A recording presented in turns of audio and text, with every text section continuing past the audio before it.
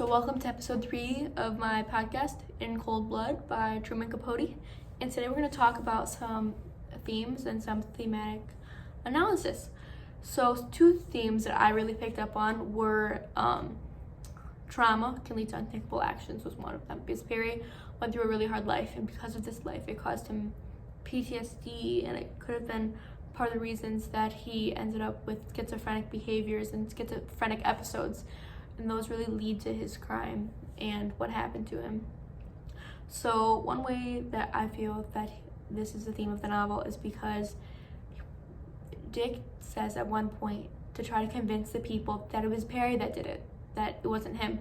He says at one point in verse, he says that Perry killing Mr. Clutter was almost as if Perry was killing his own father, and it was some way of relieving stress and allowing him to relax in that time, and finally saying, and finally being able to let go of that hard past and those things that he went through.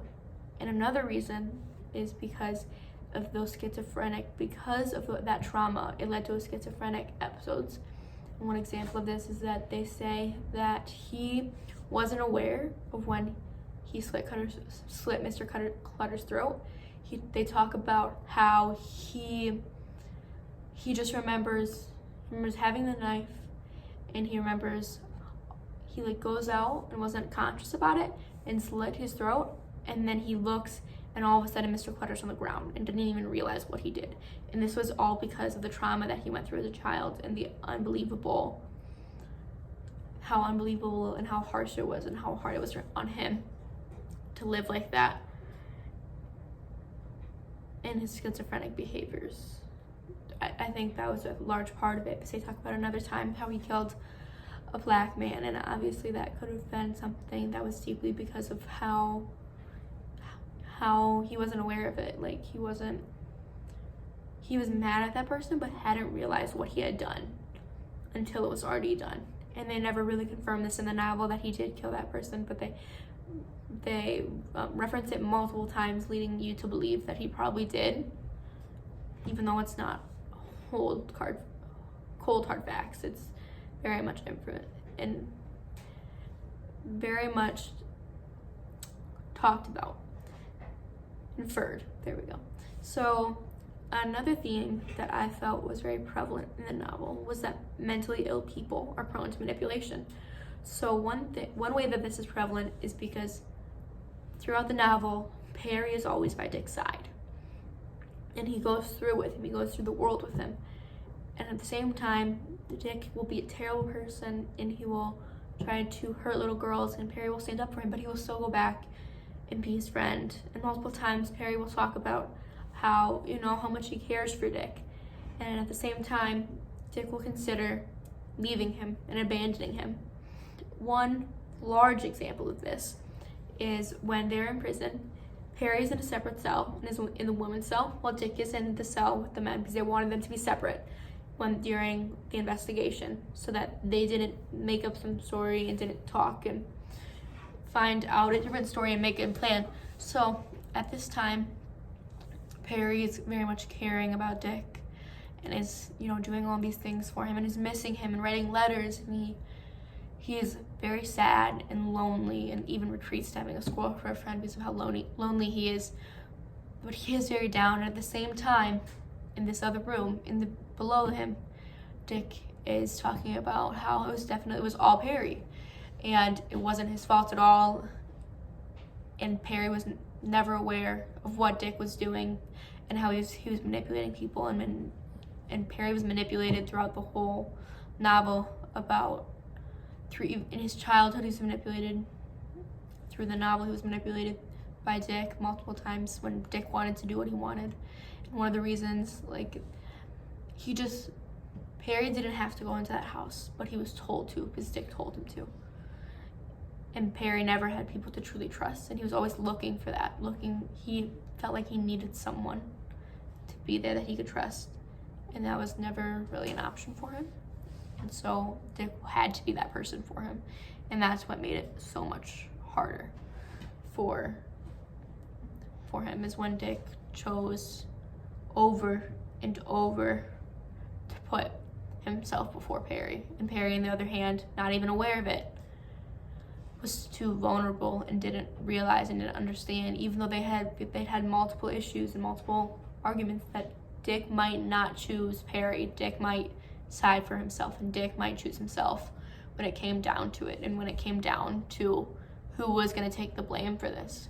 And in the end, they both ended up being executed for their crimes and for killing them.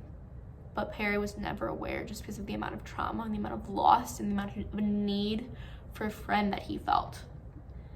And his schizophrenic episodes especially, it really leads to Dick manipulating him, because if he knows that Perry might not always be there, and Perry might not always realize what's happening around him, and if he convinces Perry to go do something, and it comes down to it, if he convinced Perry to kill Mr. Clutter, and it comes down to it, well, Perry was the one that killed him, even if Perry wasn't aware of what he was doing and wasn't conscious or wasn't aware of how this was going to hurt people. And he did feel pain for those people. He felt remorse, and he felt sad that he did those things, and he was somewhat aware, but not aware enough in the moment to truly realize the effect that it would have on his life. And we also see this in the kindness that he shows to the people and the mercy that he shows to the Clutters, as they break into the house by propping Nancy's head up and defending her. So he wasn't some merciless person who didn't care and was just there for the money. He truthfully cared about the people. And I believe that Dick manipulated him into doing a lot of those, manipulated him into committing the murders. And that's what ultimately leads to all the Clutter's deaths. And they were brutal deaths.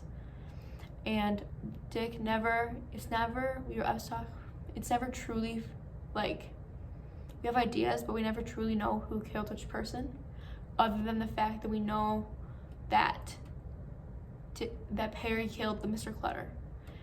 So what it was thought is that Perry killed the boys, and Dick killed the two girls, killed the mom and Nancy. And that is a very large part of this novel, is the themes of that trauma can lead to unthinkable actions due to mental health and due to just a wanting and missing something, feeling that you're missing something in your life and that it will never be fulfilled. And that mentally ill people are very prone to manipulation, as Dick proves throughout the entire novel, that he manipulated Perry, and shows how Dick might have been the one holding the stick and telling Perry where to go. So that's my overall analysis of this novel. I thought it was good. I thought that the first little bit was a little bit long, but I think it was, overall, when you really get into the end of it, it's very detailed, and it's great that way, because it's crazy to realize, like, how he figured all this stuff out and how amazing it is to, like, go through this in such a detailed format. I guess when you see murder mysteries and all those, you never see this type of format with it. It's never that deep and that detailed. That's really interesting. So I want all of you to have a good day.